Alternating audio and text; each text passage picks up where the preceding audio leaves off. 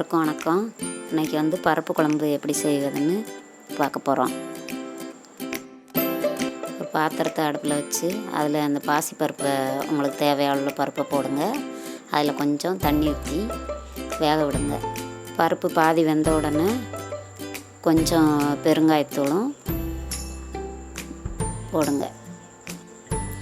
பருப்பு நல்லா வெந்த பிறகு ஒரு ஸ்பூனு அளவு சீரகத்தை எடுத்து அதை நல்லா கசக்கி போடுங்க பருப்பில்.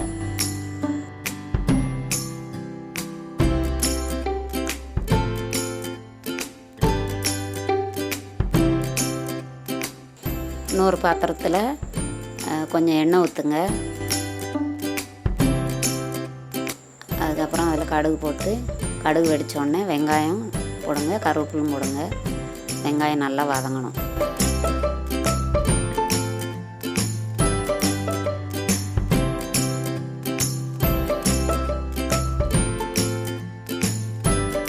வெங்காயம் நல்லா வதங்கினோடனே ஒரு 4 மிளகாய் வத்தல் போடுங்க.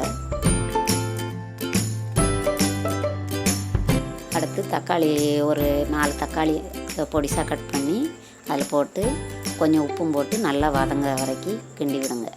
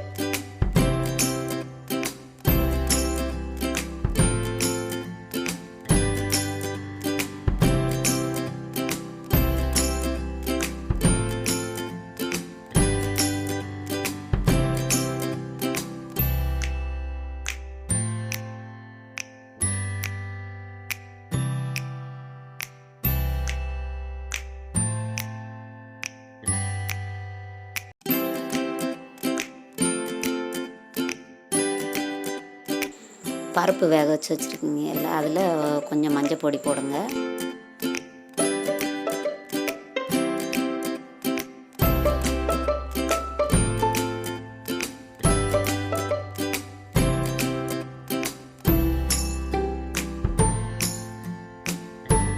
இந்த தாளித்து வச்சுருக்கதை அதில் கொட்டி ஒரு கொதிக்க விடுங்க. உங்களுக்கு உப்பு தேவையான அளவு இருக்கான்னு பார்த்து உப்பு போட்டுக்கோங்க.